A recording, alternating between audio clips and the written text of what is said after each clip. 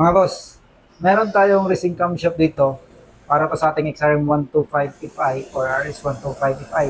So sa mga XRM 125 Fi user dyan na interesadong mag-racing camshaft, ito mga bossing racing book. At meron tong lift na 5.8 mm sa mga naghahanap dyan. At sa mga interesado, ito siya, yung ating racing camshaft. Yan, XRM 125 Fi. Napaka-kinis mga boss. Ayan, 5.8. 5.8 yung kanyang lift mga bossing. Sa mga interesadong subukan yung performance nito. Ayan.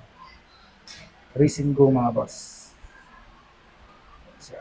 So, ayun mga bossing, sa mga interesadong update sa mga paparating pa na parts para sa ating motor, pwede nyo kayo follow kung interesado tayo mga boss. Walang abang sa mga paparating pa na parts para sa ating mga motor. Kahit check mga bossing.